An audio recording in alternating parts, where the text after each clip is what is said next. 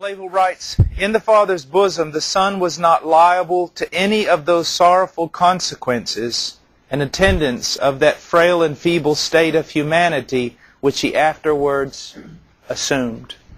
While He was there, He knew nothing of the suffering, of the frailty, of the weakness that He would later know so intimately in His incarnate state.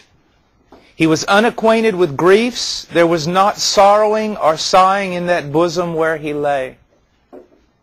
You and I came from the womb crying. The first interaction we had with a human being, they hit us and made us cry. We're accustomed to it. Christ in the bosom of the Father knew nothing of that. He was never pinched with poverty and wants while He continued in that bosom. And yet, here on earth, He had no place to lay His head. He never underwent reproach and shame in that bosom. There was nothing but glory and honor reflected upon Him by His Father. It wasn't that angels restrained themselves. One look at the Christ and no one would entertain a thought of anything but glory, of anything but worship and honor. His holy heart was never offended with an impure suggestion or temptation of the devil. You realize how foreign temptation was to Him. All the while He lay in that bosom of peace and love, He never knew what it was to be assaulted with temptations or be besieged and battered upon by unclean spirits. He was never sensible of pains and tortures in soul or body.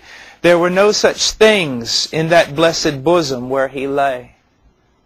That's why the reverse, in a sense, for us. We've never known anything but this.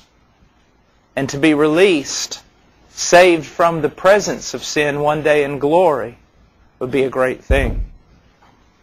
There were no hidings or withdrawings of His Father from Him.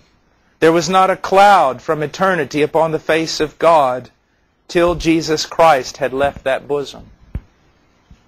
Never anything but the most clear vision of the Father when He was in that bosom. There were never any impressions of His Father's wrath upon Him as there were afterwards. There was no death to which He was subject in that bosom. All these things were new to Christ. He was above them till for our sakes He voluntarily subjected Himself unto them. If we were to become the servant of men, we're a man. We are men. If we were to lay down our life for a man or for a group of men, we are already those who are subject to death. If we were to suffer terrible tortures for anyone's sake, we're familiar with that. But it's still a great thing for one man to lay down his life for another. But for the Son of God in the bosom of the Father, never to know anything of hardship, toil, pain, suffering, and death, and not deserving any of those things, which we deserve and more than what we get. Never deserving pain, hardship, or suffering, yet He stepped out of heaven and voluntarily assumed our nature and the consequences thereof and died on a tree with His Father turning away. Now let's consider it positively.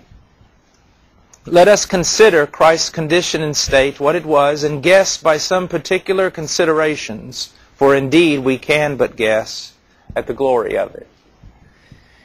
We cannot but conceive it to be a state, we cannot but conceive it to be a state of matchless happiness if we consider the persons enjoying and delighting in each other. How could it be anything but happiness when you see who the two people are? Not people, persons, who the two persons are. in this relationship. Now, why is marriage difficult? Well, because you're in it. And you're in it with a fellow sinner. So you can think all you want during your honeymoon, the first 5 minutes, of how utter bliss everything is going to be, but that will soon be tore apart. Why? Why is it tore apart? Because you live in the wrong state? Because of your in-laws? Because of something that society has placed upon you? No. Your marriage has problems because it involves two problematic people. It struggles with sin because there are two sinners involved. But when we come to this relationship between the Father and the Son, we can see why it is eternal bliss, because the two who are involved are absolute perfection. There is no shadow or turning or variation of character in either one of them. Now, he was with God. God, you know, is the fountain, ocean, and center of all delights and joys.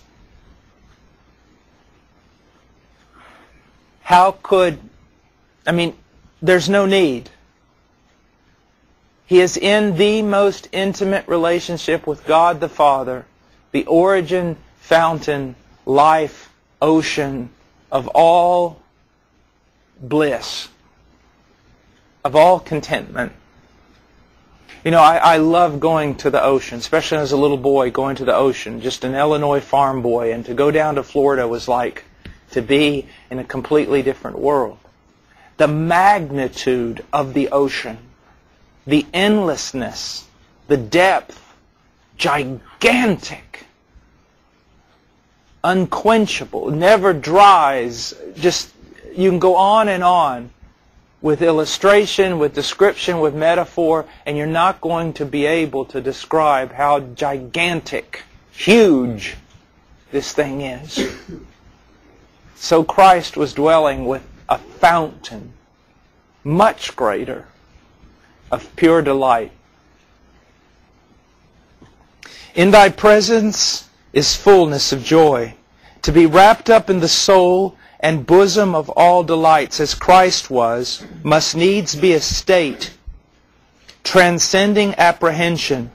To have the fountain of love and delight letting out itself so immediately and fully and everlastingly upon this only begotten darling of his soul, so as it never did communicate itself to any. Judge what state of transcendent felicity this must be. Great persons have great